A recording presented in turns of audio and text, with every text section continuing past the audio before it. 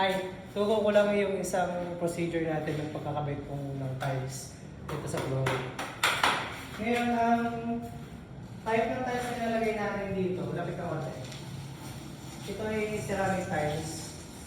So, bago mo ito dapat ikabit, dapat ito inagbabad mo sa tubig at least 4 hours. Pero better kung 4 hours overnight.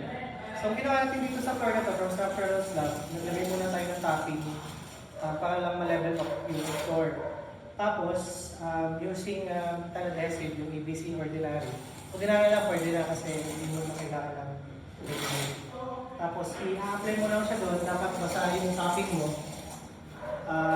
Tapos, yung adhesive mo dapat well-mixed, so gumamit tayo ng mixer dyan. Tapos, gagamitan mo siya ng towel na may nipple. Hahabulin mo yung ganyan. Tapos, make sure dapat basa yung yung slab. Para kasi, ang ceramic kasi, porous yan naghihigop yan ng tubig.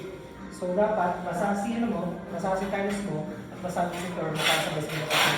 Ilalagay mo yung adhesive yung tiles mo, para parehas na yun. Tapos, kung makalimutan na, makakabutan mo na 45 degrees sa tagiliran, hindi mo yung edges niya. Tama lang dapat yung viscosity ng adhesive natin. Hindi dapat sobrang matubig. Dahil pag matubig yan, pag nalapat mo yung tiles, medyo mag-i-skid yan. Kaya pag sa malalaking tiles, ang ginagamit yung light pack para hindi mo nababa yung tiles. So, medyo disadvantageous lang ito kasi medyo matagal siya kabit kapag naka-adhesive siya kasi nga medyo matagal siya mag-level up. Kasi nga, basa yung pandikit mo, so medyo madulas yan compared sa dry pack na medyo matigas yung paglalapatan mo.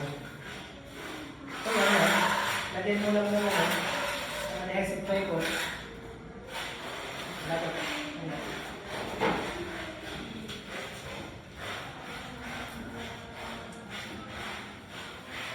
Linisin na natin konti yung edges niya para hindi sumilip dun sa paglalagyan natin ng tile ground.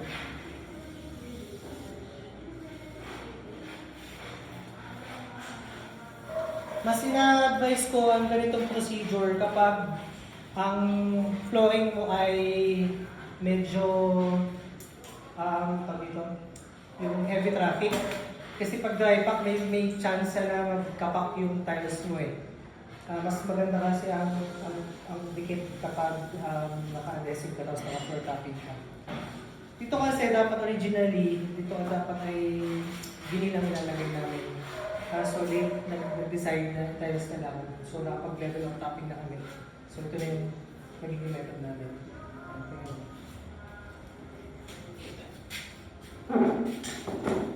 Make sure din lang na tama yung haspe ng tiles mo. May marking yan dun sa likod ng tiles. Then using rubber mallet, pupupukin natin yan.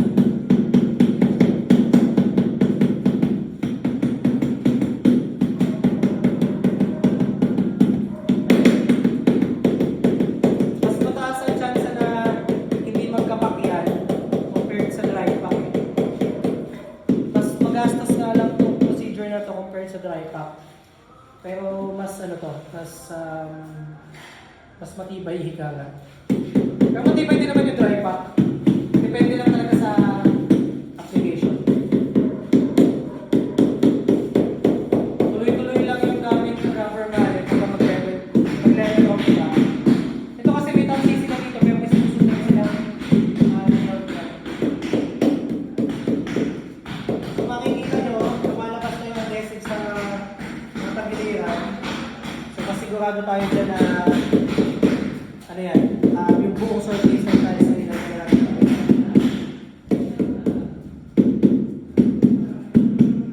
Makikita nyo naman sa tunog na may naman talaga adhesive yung likod ng tiles. Basta remember lang, dapat basa ang ceramic tiles pag nilalagay. Basa din dapat yung surface na paglalagyan. Para mas maganda pagdikit natin.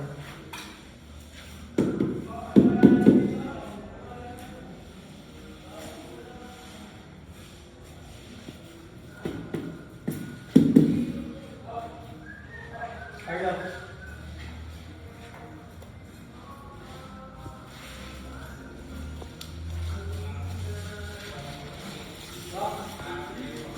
Ito yung gamit nating adhesive, yung ABC talaga sa original.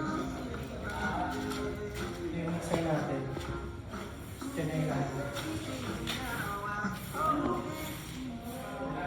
Ito na. Okay, sir. Ito ang isang disadvantage na gumagamit kasi ng teledesive. Lapit mo. Lumapit ka. Malapit mo. Malambot kasi yung malambot yung adhesive. So medyo mabigat yung tiles. Kaya nangyayari yan, bumababa minsan tumawala sa alignment. Kaya mas matagal gamitin ang adhesive compared sa dry pack kung magkakamit nito. So yun, adjust natin para ang ginamit natin dito ay offset tayo ng 15. Hindi natin ginamit yung sa gitna. Kasi pag sa gitna ka mag-alternate yan, mas makikita mo yung imperfection ng tiles eh. Kasi minsan, yung tinatawag mo ng bangkong lalabas. So, 0.15 ng ating offset ngayon. So, pa-adjust na lang natin.